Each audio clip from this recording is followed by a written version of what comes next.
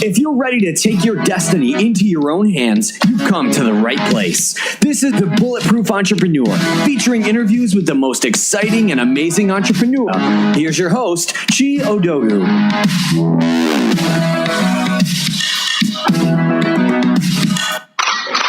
This episode is brought to you by odogu.com. When you need to find high-quality leads from Facebook and Instagram, there's only one name to call and one man to trust. That's ODOGWU.com, the growth marketing guy. If you love today's episode, please feel free to go on iTunes and like the show and leave a review and a comment in iTunes. I'm talking to Felena Hanson. So Felena is a serial entrepreneur and a world-renowned marketing consultant. From running some small side hustles to earn some spending money in her preteen years, she rose to become a marketing director in a mid-sized technology company. She was fortunate enough to get fired 3 times before turning 30, after which she turned her back to the corporate world of pay. She launched an independent marketing consulting firm where she helped small business entrepreneurs with their marketing strategy and coach them on how to implement their marketing programs. In the course of doing this work, she noticed an opportunity in the co-working industry and decided to start Hera Hub, which is a shared co-working space that caters to female entrepreneurs. I'm pleased to have her on the show today to discuss her entrepreneurial journey and share some words of wisdom with you guys. So, Felena, with that said, welcome to the show. Thank you for having me. All right. So, before we get into me asking you about your background, I read your book, and right here on the second page, there's only one thing which I kind of took a little bit of exception about, because it says here, it's a must read for every woman who's thinking of launching a business. And I think that's not true. I think it's a must read for anyone who's thinking of launching a business. So I was a little bit offended about that, but I'll let you slide because I know you're talking to your niche and you know your customers very well. But I think it's a pretty good book that anyone thinking of starting a business, especially in these fast-moving times in the 21st century where things are changing so rapidly. You need to get the knowledge. So tell us a little bit about yourself and your background. Yeah, as you alluded to in the intro, I got lucky. I got laid off 3 times by the age of 30. 2 of the companies I worked for sold, and 1 ran out of money. And that's kind of par for the course in the world of startups, of course. So nothing new. I'm sure your listeners, many of them have probably been through similar situations. And that was really, the impetus to launch my business. It wasn't that I had a genius idea. It was that I really wanted to, control my own destiny and build something of my own instead of building somebody else's dream. So I started a company called Perspective Marketing, which I had for 8 years. And I also, like a lot of entrepreneurs, did a number of other things, including teaching college for that 8-year period of time at a university, and then also a fashion institute. And ended up stepping into some leadership roles with some professional women's organizations that specifically focused both on helping women in developing nations launch businesses through microcredit loans.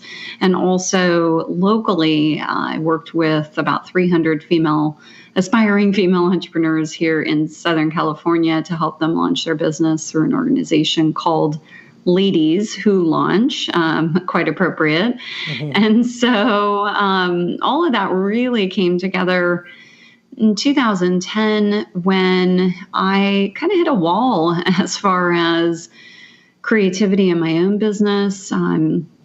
Just felt isolated and was frankly overworking, kind of bore myself by myself. I missed having a sense of community in my work specifically. And so I started to look at this new emerging world of what's now being referred to as co-working spaces, and found that there were a few great spaces out there at the time, but they tended to be targeted at a bit of a different audience. I wasn't their target customer.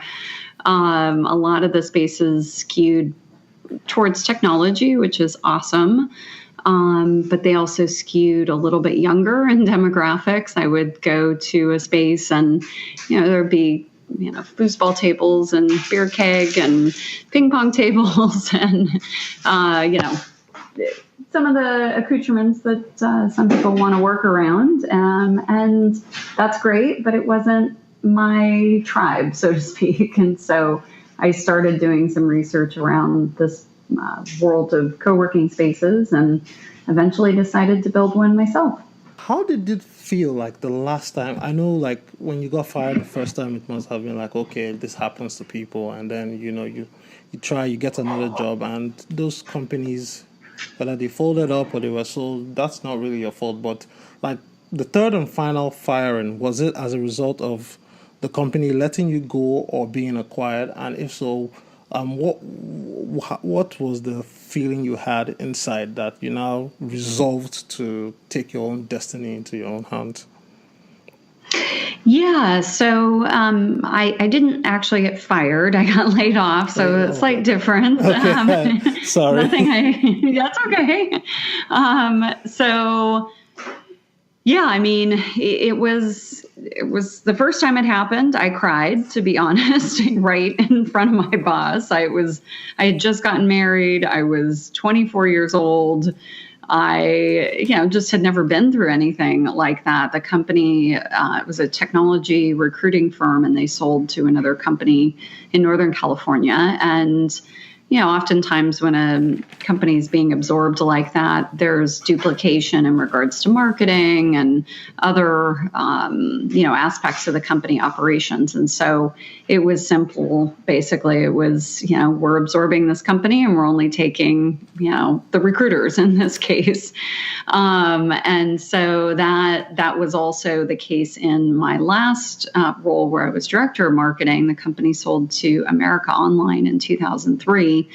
And it was one of those situations where they basically took a few of the engineers that had built this technology platform that we'd developed. But again, they didn't need marketing folks. They didn't need book, accounting and, some of the other functions that obviously they had in-house. So it was frustrating, certainly, to say the least. But that third experience really woke me up. And so that, to your point, I said, you know what, I have a better chance on my own, building my own brand and model and really doing what I'm passionate about on my own terms, as opposed to going to work for somebody else and having this happen again. And let me also point out, I grew up in an entrepreneurial family. Both my parents are entrepreneurs. Mm-hmm. And I grew up in kind of a rebellious environment, if you will. That's part of the title of my book, in a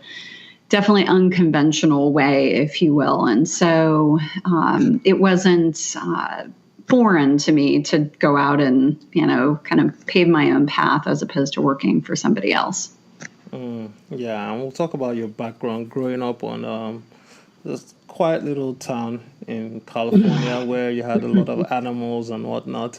So that happens, and then you started your own marketing consulting firm.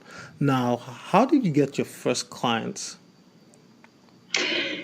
Yeah, through networking. When I initially went out on my own, I knew that I needed to start to meet people, basically, because when I was working for somebody else, that my clients were CNN and USA Today and LA Times and, companies all over the country. I didn't need to be out meeting people locally. And so I started doing just that. And marketing is a hot topic, right? A lot of business owners struggle with it. And so it was relatively easy to start to engage with what ended up being, over the course of the 8 years, relationship-driven companies, meaning they grow their business typically through referrals and relationships that they have with clients in their community, as opposed to consumer products or things of that nature. And that's served me really well, because the company I built now with Hera Hub is very relationship-based. And so I carry a lot of that experience over the course of the 8 years that I had my prior business into my current company. Great. So the cover of your book has photo of a peacock. Now, you started your entrepreneurial journey selling peacock feathers. Tell us a little bit about your background growing up in the kind of like the little house on the prairie, as it were, in California. It definitely was that, for sure. And complete with my mom building a barn in the backyard to house many of the animals. So, yeah, unlike some kids who have lemonade stands, I had a peacock feather stand, if you will. So we, as you noted, had a number of animals growing up, all the way from, horses to peacocks to later on, even tigers for a period of time in our backyard. Yeah. But we did have a mating pair of peacocks, and Mr. Peabody was the gentleman peacock who, of course, shed his feathers every fall. And I ambitiously went around the yard, picked him up, walked down to the corner store and sold them for $1 a piece, and walked away with $80 in my pocket at age 8. So my first taste of entrepreneurial success came pretty early. So were you waiting every summer for Mr. Peacock, or did you, like, sometimes in the winter just try and, pluck out some little feathers? Well, luckily they fall out naturally every fall. He was a pretty mean guy there, mean bird, so he wouldn't even let me come close to him. So, no, luckily I didn't have to follow him around. Okay. So now you do that, and then I read here, your parents happened to split up while you were really young, and then in the course of them remarrying, you get like a bigger family. You go from just only you to about 8 kids. Eight brothers and sisters. Yeah. Brothers and sisters. Now, the interaction around, like, I only have 2 siblings, so I don't know what it's like to have 8 siblings running around the house or running together. So what was that like, and what were some of the lessons you learned growing up in such an environment? Because I'm sure you must have gotten some lessons from having so many people and basically having to almost compete for resources. Yeah, it's a great question. It was an interesting path. So the first 9 years of my life, being an only child, and then within a period of a couple years through step brothers, half brother, half sister, and then my mom adopted 4 children. So in a quick period, I went from 0 to 8, if you will. And I would say the thing that comes to mind is adaptability, being able to, adapt to almost anything. Plus, I was, going back and forth between parents, as a lot of folks have experienced. And so being kind of shuffled around, moving around a bit, made me definitely adaptable, and also I'm trying to find the right word exactly, but resilient maybe is the word I would use in regards to just being able to take on a situation and get through it and have a good attitude in the process, hopefully. So it was a great journey, and I'm lucky to now have such a large family and many nieces and nephews now as well because of it. Yeah. And that resilience seemed to have come true because while you were somewhat near graduation from college, you were in a very nasty accident in which you had to spend almost 6 months trying to recuperate. Tell us a little bit about that experience and what's some of the lessons, because I know you have a very varied background, as it were. So I'm sure living through something like this is a once-in-a-lifetime experience. Not that I'm saying it's a good thing, but you seem to have bounced back using this resilience that you just initially mentioned, and then applied that resilience to, learning how to walk again and how to basically move forward. Because the doctors told you you'd never run again, and you were a runner up until that point, correct? Yeah, exactly. Yeah, and I'm proud to say that since the car accident it was about 5 years after, I was able to. I ran one additional marathon. I probably wouldn't run another marathon, just given the toll that had on my body at the time. But I'm now running half marathons. I try to do one a year. So yes, an amazing amount of perspective. Was hit by a fire truck and broke many, many bones in my arms, legs, and face. And, being so young, I got lucky because, the body bounces back, much easier than it does later in life. And I also had some amazing doctors that were, able to kind of put me back together again, if you will. But coming through that, I just can't imagine somebody not feeling like I did, which is lucky, right? I'm lucky to be here and being able to take that opportunity to reflect and say, all right, I'm here for a reason. Let me see if I can figure that out. And also, too, the appreciation that's given me for not sweating the small stuff, if you will. Yeah. And as an entrepreneur too, now for the last close to 14 years, being able to take things in stride and say, you know what, nobody died. It's going to be okay. We can work through this and figure it out.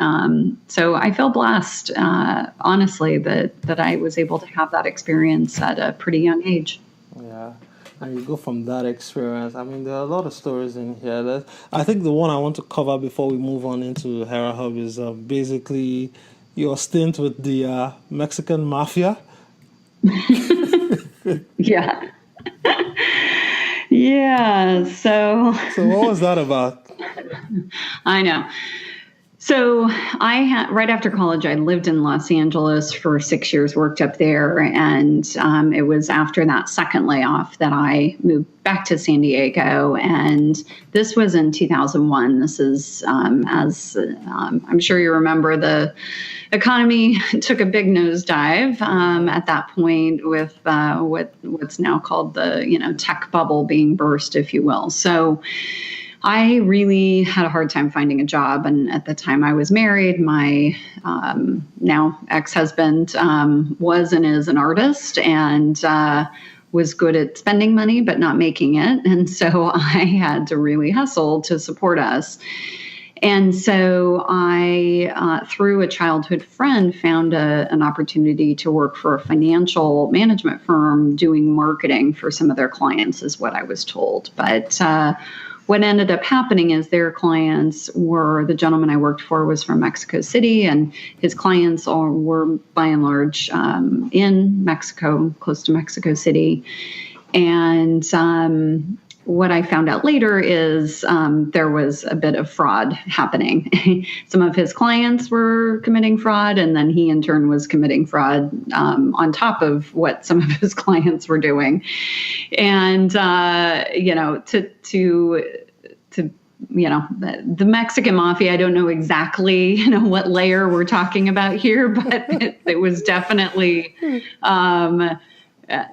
tied to in some way, shape, or form. And the gentleman I was working for went to jail for quite some time, and everything fell apart. So it's funny because if I count that experience, I was only there for 6 months before the whole thing imploded. I guess you could say that was my fourth layoff that I don't even talk about, because it was just, the whole thing was just ridiculous. Once I got underneath what was going on, I'm like, oh my goodness, how did I get involved in this? So moved on as quickly as possible from that.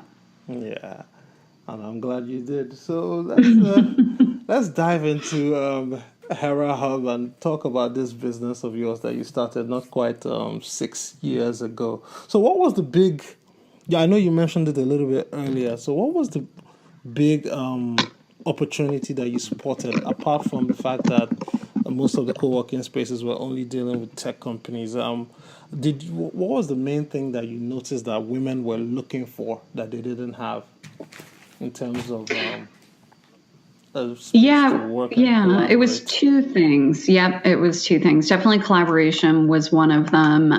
Being able to be in a space with like-minded individuals who were perhaps at the same stage of life, shared some of the same, attributes in regards to experience and goals.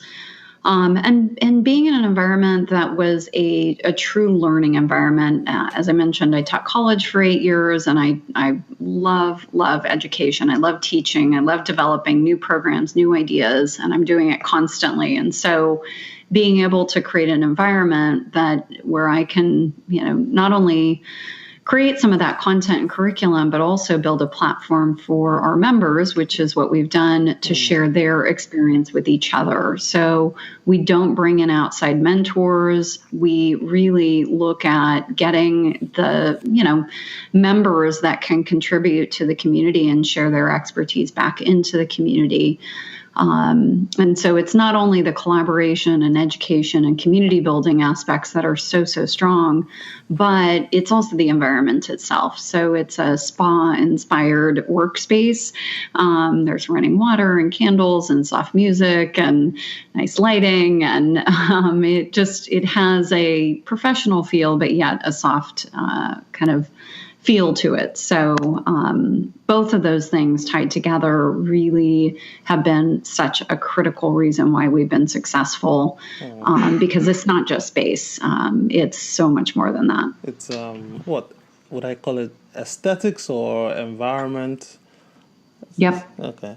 And exactly. So when you started building this, what were some of the challenges you faced launching this business? Yeah, well, first off, I couldn't even get space. It was my first foray into commercial real estate, and I had really no experience in what it took to secure a lease. So it took me close to a year to even secure our first location lease. And that was frustrating, certainly, because I had the idea, I was ready to go, and couldn't find space really in an area that was desirable and meeting the requirements and cost structure and things of that nature. So I was finally able to do that and launch the first location in 2011. And I really wanted to, with this business, when I was developing the idea, build something that was bigger than myself, build something that could be scalable, so to speak. And so really from day one, building systems into what we were doing and thinking about the business of, okay, if I want to open a second location, how do I do that? How do I systemize what we're doing? And so we pretty quickly, my first hire was an operations person because, again, I'm a marketing girl and don't, always think in those systematic terms. And so we did open a second location just a little over a year later in October 2012. And then I went on to open a third location less than a year later in July 2013, all in Southern California, just to get to that point of building it and breaking it and building it again so we could really, put things under a stress test before we decided to expand. Okay. So one thing I got from what you just said now is you wanted to build something bigger than yourself. So why were you thinking of creating a legacy so early in your life and in the business? Yeah, I'm so passionate about entrepreneurship now that I've been an entrepreneur and grew up in that entrepreneurial environment. So just being passionate about creating opportunity for other people. And that's part of the reason I wrote the book as well, is we had so many people showing up on our doorstep or people connecting with me through LinkedIn or Facebook or a variety of channels that were frankly asking for advice in regards to how could they, as I like to call it, lean out, get out of their corporate chains, if you will, and start their own business. And that's not an easy question to answer. I mean, there's a lot that goes on, in regards to where someone is, in regards to financials and, what's their passion and how does that line up with market opportunity. And we at Hera Hub have a lot of programs to help folks, once they're getting ready to launch their business or they're launching or growing, but to really help somebody in that ideation phase can be challenging. And so that's why with the book, I not only wanted to share my own experience as an entrepreneur and my entrepreneurial journey, if you will, but I share advice and also exercises from women who have been down this path and really can encourage the reader to look at the various aspects of their life as it relates to launching and becoming an entrepreneur. So that includes mindset and overcoming fears and helping identify what someone's passion is and their strengths and helping them set the vision for the future. And then last but not least, I wanted to give somebody a roadmap because it's great if you have an idea, but how do you actually get it off the ground? So I put together a 17-step foundational process called Steps to Startup, which is an online platform, stepstostartup.com, that the reader then can walk step by step through these 17 steps to get their business launched and off the ground. Okay. So we'll talk about what those 17 steps are, but in the course of reading the book, I noticed the lean out segment, and you had a lot of stories about women, who overcame a lot of obstacles. And I think one of the ones that really stood out to me was the Debbie Eubanks story, who she started the wellness center, lost, she had everything that you could call a success early in life. She had the appearance of success, but she was still feeling unfulfilled, ended up losing the business, losing her home. And then, you know what? She goes back, basically goes through a transformative process and reinvents herself and starts on the journey again and comes out better and stronger. So why did you decide to include, and there are so many others like the rainwater story and a bunch of others, but those are the two that come to my head now. So, but why did you decide to share as much space as you did, highlighting those stories and what these women went through?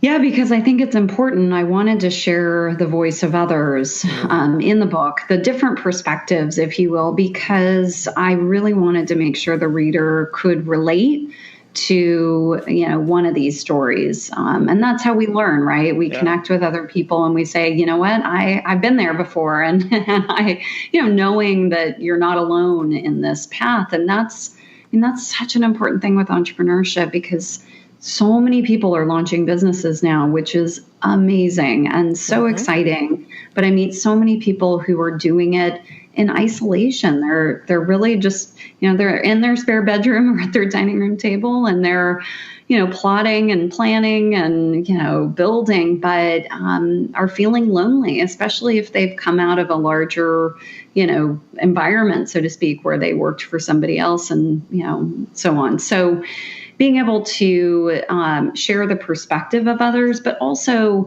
I don't claim to be the expert in mindset or how to find your passion or how to identify your strengths. And so I brought in folks that are experts in that area to contribute to the book. Nice. And as you mentioned mindset, that reminded me, there was a quote you had in the book. Ooh, I made a note of it here. I'm trying to find it. Oh, boy. Okay, I think this is it. It says that the key to success rests on your ability to control your thoughts and master your psychology. Now, could you elaborate on what you mean by this?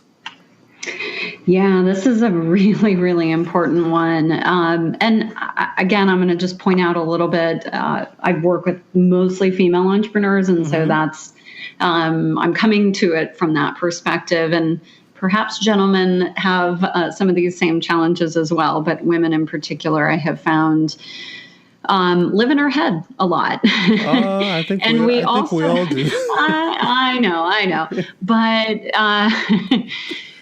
But women, again, the women that I know who are living in their head, and I sometimes go there as well, we tend to replay things.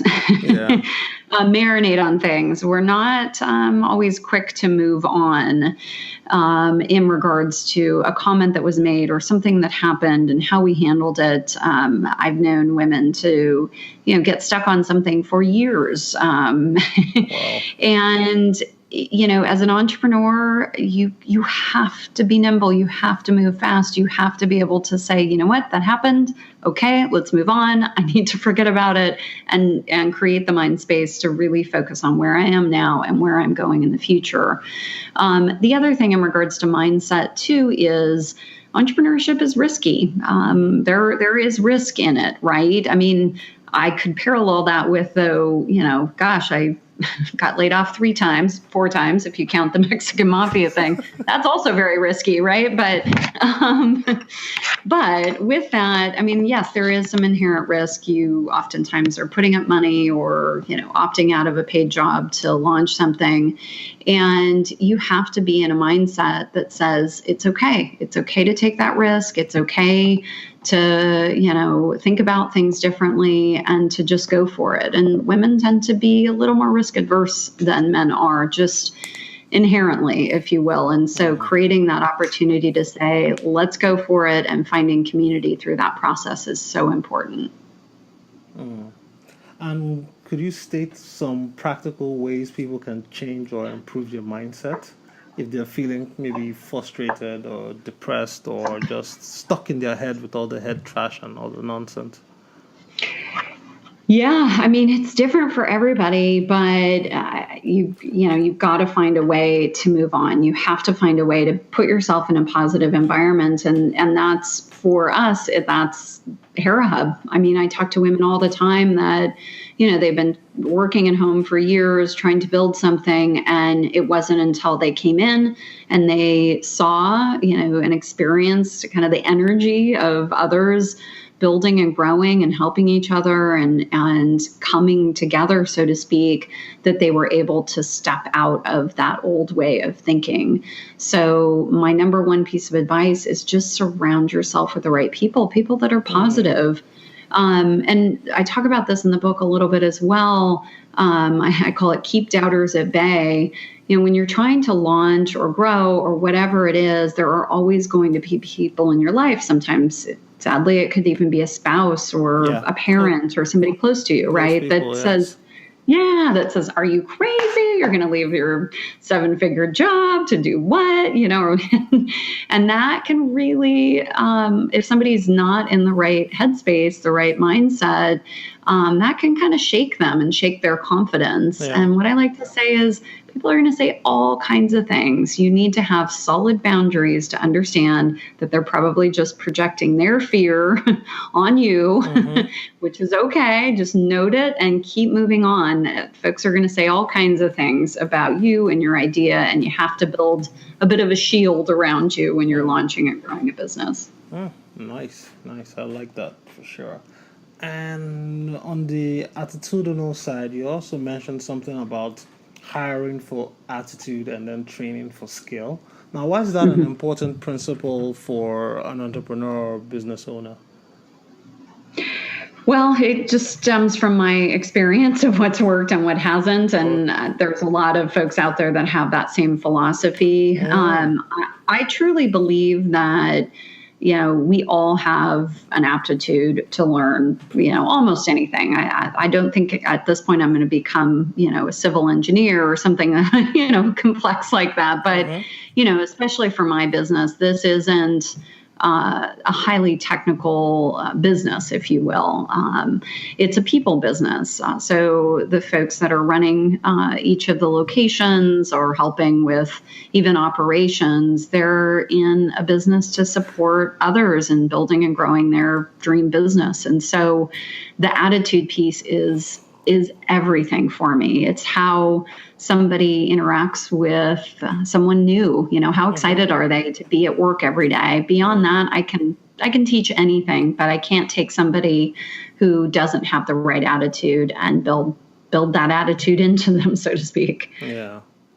Because, it really kind of has to come from within. If not, they'll end up poisoning the whole environment. And if you're trying to build something significant of lasting value and importance. You can't have negative people come in despite how good they are at what they say they can. 100%. Yeah. Yeah. So does that mean like entrepreneurs and small business owners shouldn't look at resumes anymore?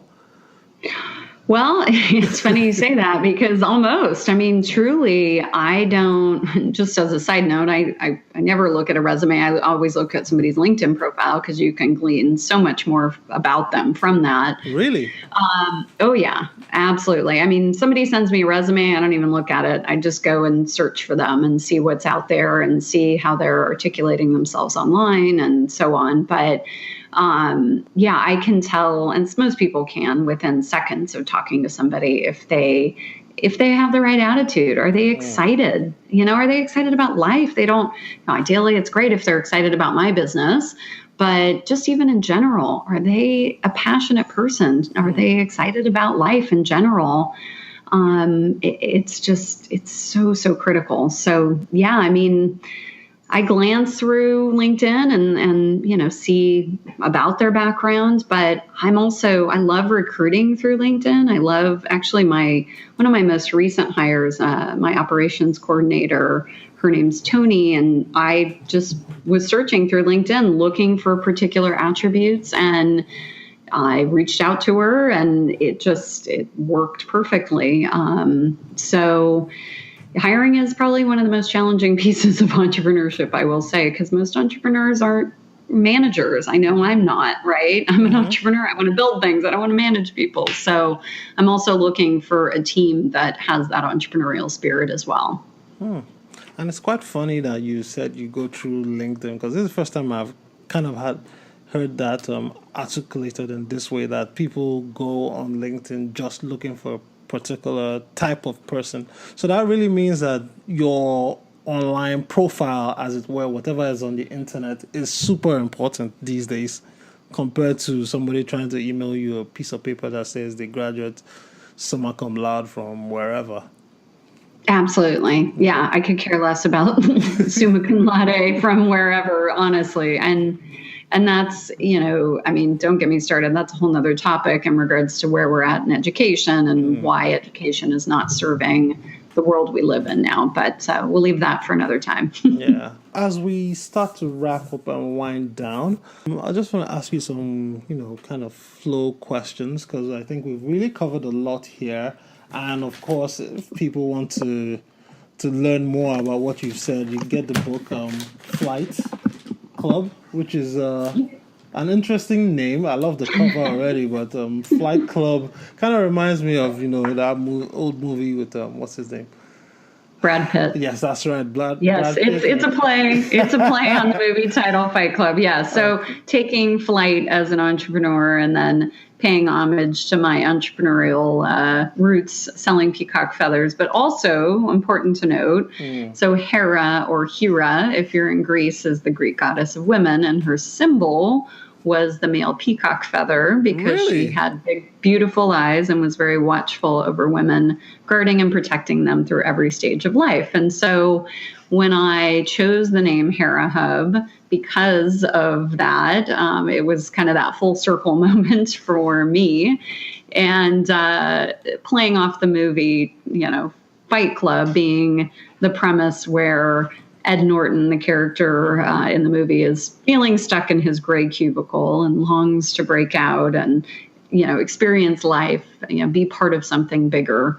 And so that's the reasoning for the book title.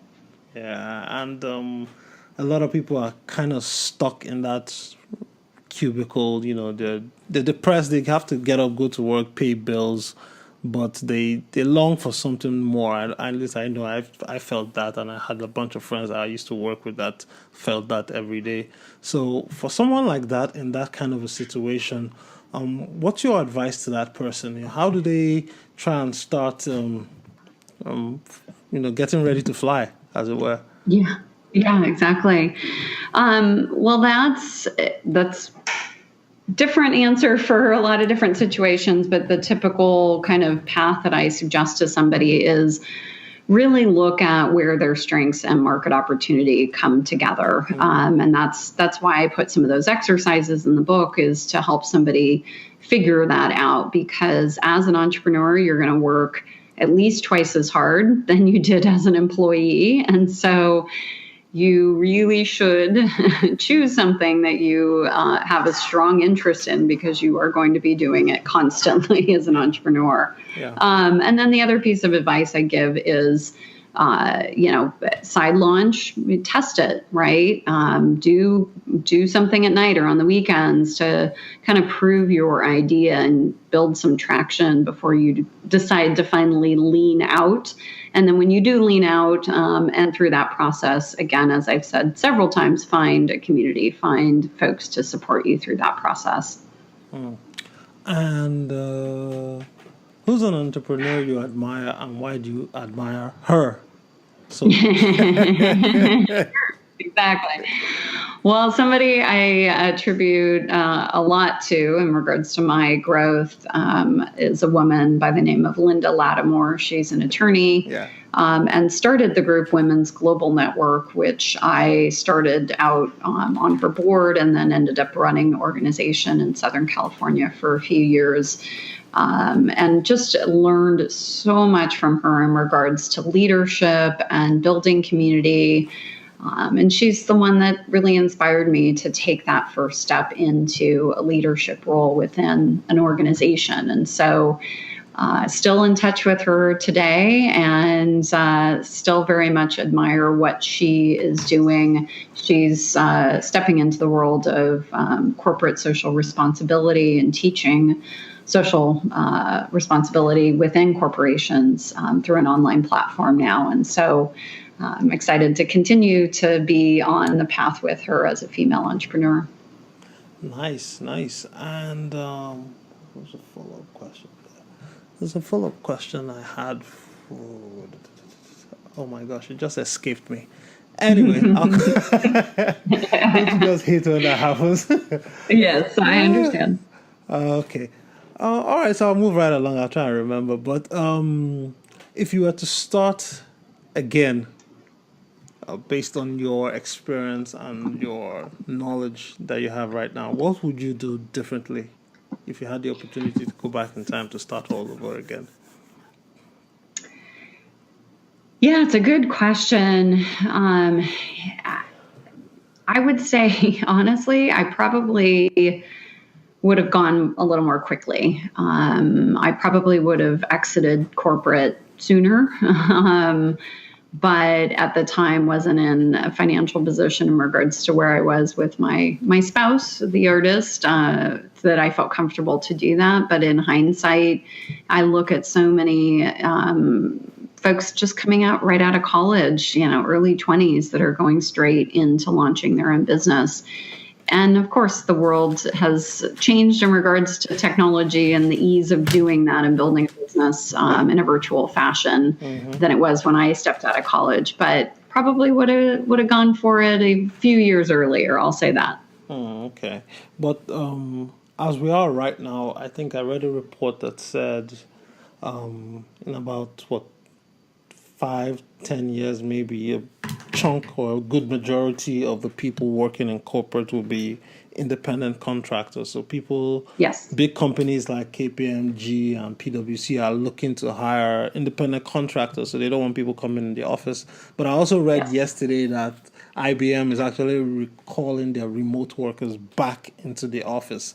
But with the whole sharing economy thing, I know the main trend is for everybody to be out there. So what are some of the things you think a young grad in college right now, maybe just graduated last month, which is May, can do to set themselves up for success, given that things are basically going to be left to that person to carve out a future for themselves?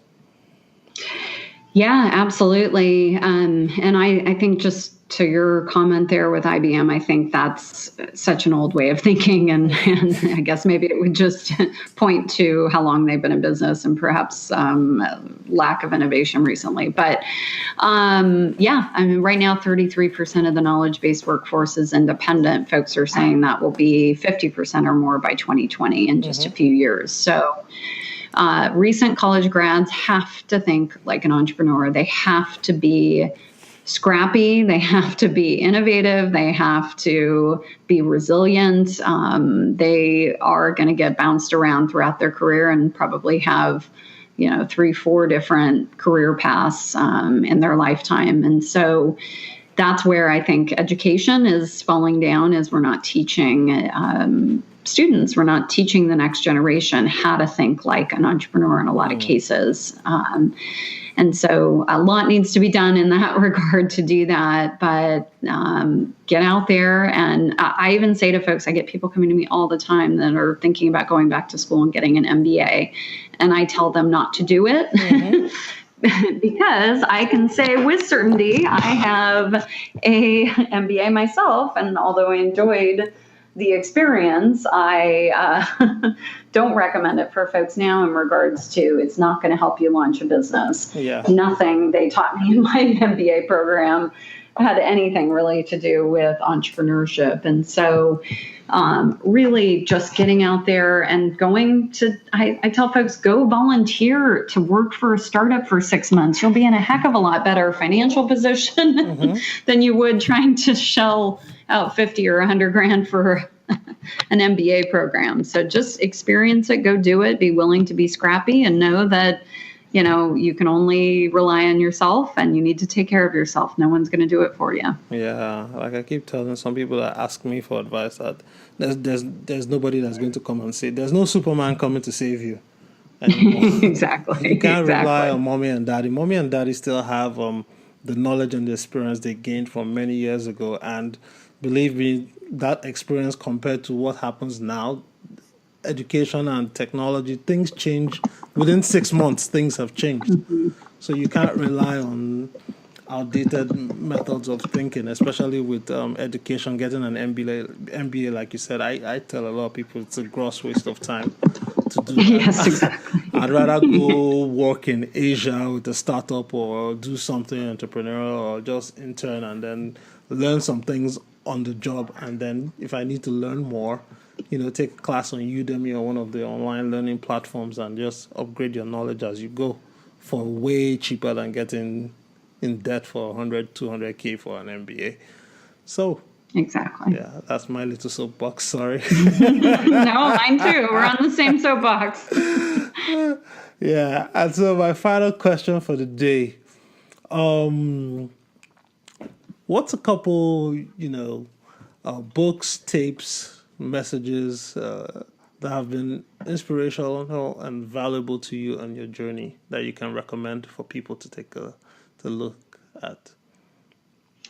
Yeah, so many podcasts that I just absolutely love, and yours included, of course. I also enjoy a podcast called Innovation Hub because it really helps me think about things differently and explore ideas that I wouldn't typically explore on my own. And book-wise, there are 2 books that I recommend. One, both to men and women, but the book is about women in particular. It's called The Confidence Code. And it really dives into some of the challenges women have and why they may have those challenges around confidence. And that really does apply to entrepreneurship and risk-taking and some of the things that we talked about. And then the other one is an older book called Ready, Fire, Aim. And that's by Michael Masterson. Yeah. And that book taught me a lot in regards to just go. It's not going to be perfect. Get it out there and then, tweak it. The lean business model is certainly tied into that as well as a more recent example. But I really enjoyed that book. Great. And I'll link to those 2 resources on the show notes as well as the podcast you mentioned. And for people that are listening and they want to learn more about you and get the book and basically keep in contact with you, so tell us where we can find the book and how we can learn more about you and what you're doing at Hera Hub. Yes. So the book can be found on Amazon. It can probably the simplest thing is to search for me with just my first name, Felena. And the website for the business is Hera, HeraHub.com, HeraHub.com. And find me on Twitter. I'm a big fan of Twitter. I love the brevity. And so feel free to follow on Twitter. I promise to connect back with you. Great.